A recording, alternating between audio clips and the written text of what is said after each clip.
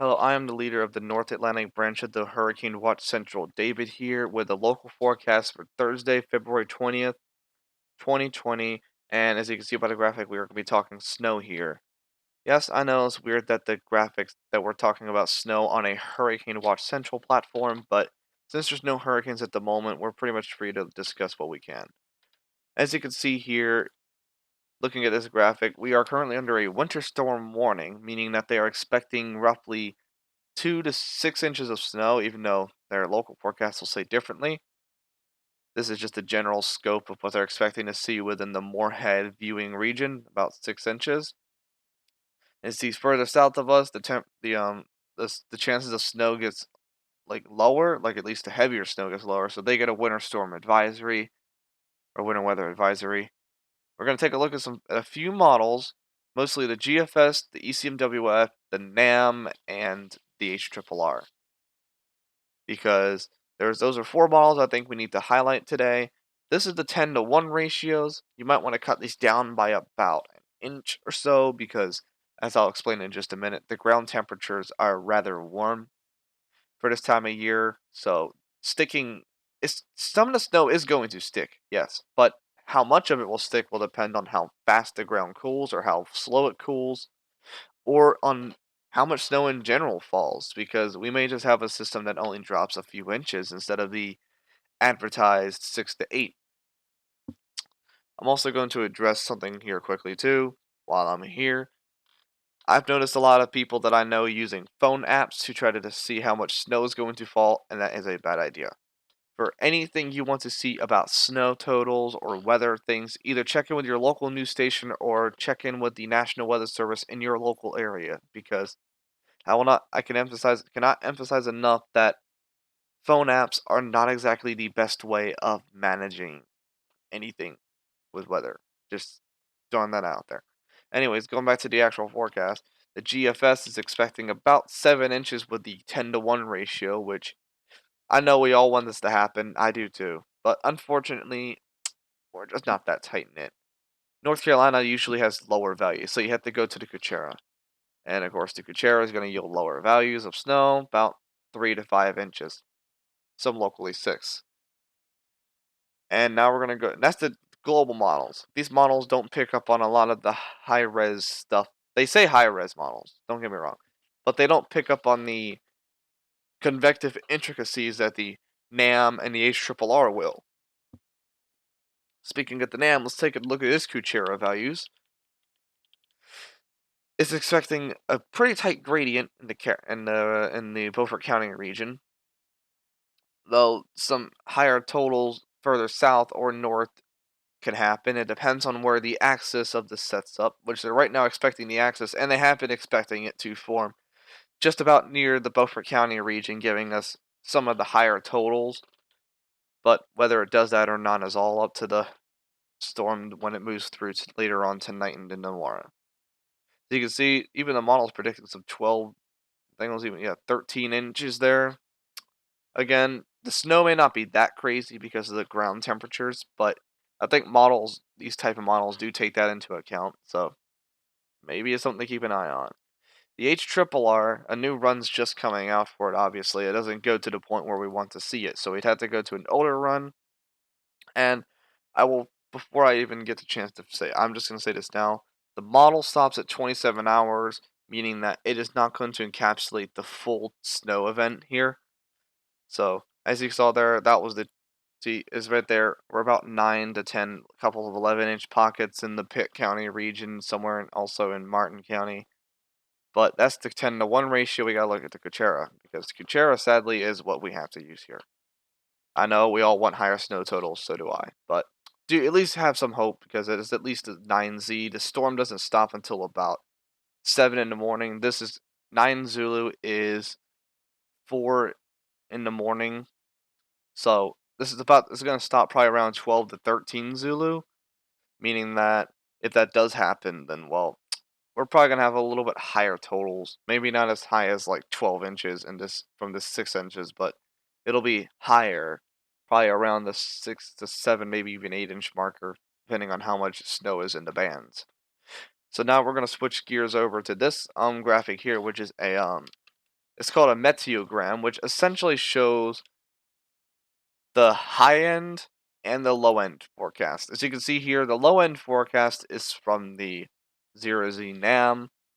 0Z meaning that it was uploaded last night sometime around 7 to 8 o'clock. So even though it's kind of an older forecast, it's still valid in terms of the in the eyes of meteorology because it's a little older, but not all models don't come out all the time. Some of them do, but a lot of them come out in 6 to 12-hour intervals. The NAM is one of them. So is the GFS, which is also listed here. As you can see here, the snow is about 3.5 inches all the way up to the 10-inch marker here. So that's what the models are expecting. It could be higher. There's a possibility of that, especially if banding does set up and convective processes are in the system. Because not only would the convective processes also enable thunder snow, it would also enable higher chances of stronger snow showers that can actually overperform with the system because they can actually, like, even though the ground temperatures are in the mid 50s or even low to mid 50s, maybe in some areas in the 40s, it'll still have very high, the high rates will override that, and eventually the ground will just have to accept the cooling and just to cool down. So there's this. Now we're going to go on to what I was talking about, the ground temperatures. You can see the ground temperatures are in the 50s right now in some areas. I'm kind of discrediting these a bit, mostly because of one thing. Look how it is in the inland areas. 49 degrees here in Kinston. Kinston's right over here next to a small river. Greenville's probably about the same. It's probably about 49 to 50 in Greenville. Washington's probably 50. Belhaven's probably 50. But I'd say Pantego and areas in this area are likely already in the 40s, just like Kinston. Simply because we're further inland, so it's kind of harder to warm up the ground for us without actual heat. And yeah, while we've had warmer temperatures this year, they certainly haven't been 70 degrees for very long. We've had 70-degree temperatures, even close to 80, but they've never lasted that long, so we've never actually had that ability. Plus, it's been cooler recently, and also rain has been cooling the ground, so that's another thing we got to factor in too. And it says 7 a.m. We could probably check 8 a.m. Yeah, you see no little to no change right now. But I will say this before I switch over here. Let's look at this PowerPoint presentation from the National Weather Service in our area, which is Newport Morehead City. Again, if you want to see the actual stuff for this like event, if you want official and localized data, check out the National Weather Service in Newport Morehead City. They are the official weather service for our area, and you can also, if you want to, you can also check your local news sources. But most of the time, your local news sources will be getting their information from the National Weather Service. That's just how local news stations work. They can have their own snow totals and all that stuff, but these guys are more likely to be correct, in my opinion. As you can see, they've changed a few things since last night, which is when this briefing was issued. They added new winter storm warnings, which we just mentioned. Snow totals have increased because not only has the snow totals increased, but their confidence in it has increased as well. They're also changing over to snow slightly earlier compared to what they said before. They thought the snow was going to probably change around 7 to 8 in the afternoon. I think now they're expecting around 6, maybe even 5 in the afternoon today. So that's something else to keep an eye on. Of course, here's the main points of the issues. Snow, reduced visibility, sticky, heavy snow and whiteout conditions possible closer to the coast. This is mostly talking about our area as they're expecting heavier rain or snowfall rates in this area as well.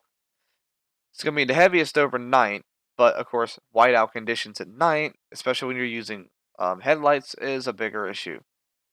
Another issue that these aren't mentioning, it says it right here though, but icy or snow-covered roads impacting travel. The reason they say this one especially is because it's raining. It will be raining today. That'll wash away some of the treatment that has been put on the roads to make sure that roads don't ice over. And it's supposed to get into the 30s, the lower 30s into the lower 30s and the upper 20s tonight.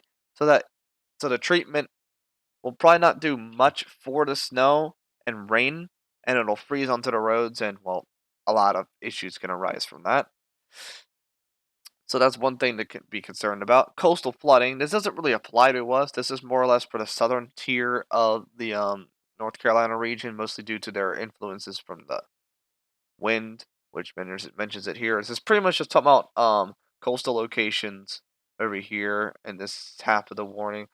The snow elevation, the snow threat is now significant. It was elevated, now it's significant. Same with the hazardous travel. And this is the course we just saw this. Now they're expecting snow totals of 4 to 6 inches, about in line with what I actually set, which is right here. I'll show that in just a minute. This is actually just about in line with what I actually forecasted. Yep, there you go. They're expecting to change over to snow from anywhere from 4 p.m. and now these kind of maps, it's kind of up to your interpretation or how you read them. But right here it says 4 to 7 a.m. You can interpret like this part's 4, this part's 5, 6, and then 7. Like you can kind of interpret that based on it because the thing is though the colder temperatures are going to be coming from the northwest due to how cold temperatures work in this area. It's a cold front, so it's going to be coming from the northwest. So you kind of want to move it in a line, and that's about what you'd expect. Same thing for this area, same thing for this. Some of these areas may not even get snow at all. Some of these areas may not even get snow at all. You guys are just too close to the Pamlico Sound to really worry about stuff like that really mixing in. And that being said, this is my prediction for the storm. As you can see, I've got Beaufort County, parts of Pitt, Washington, little small smidget of Martin County, and parts of western Hyde and southwestern Terrell. Even little bits of Pamlico County involved in this 4 to 8 inch mark here. And the reason there's a sharp cutoff here is because, like I said, I'm not expecting this water to be very warm. So if there is possibly anything, the only thing you'll probably see is enhanced snow banding over here on this side because the winds will be coming from this direction. And if that's the case, the only thing you would have, if there's even cool enough air here, is enhanced snow banding on this side. That usually means the leeward side, which would be in this area, would have little to no snow, which is why I put it under the 1 to 2, and this area is under the trace to 1 inch. So this is under trace to 1 inch. That being said, thank you guys for watching this video. This is the first one I've ever done. If you have any questions concerning this, please feel free to comment down in the comment section below. This will be a great improvement to both the channel and to me actually trying to seeing if I'm getting this stuff right. If you have any questions or concerns about what I'm doing in this video, what I'm doing right or wrong, please do tell me in the comment section below. And with that, have a good day and stay safe, everybody.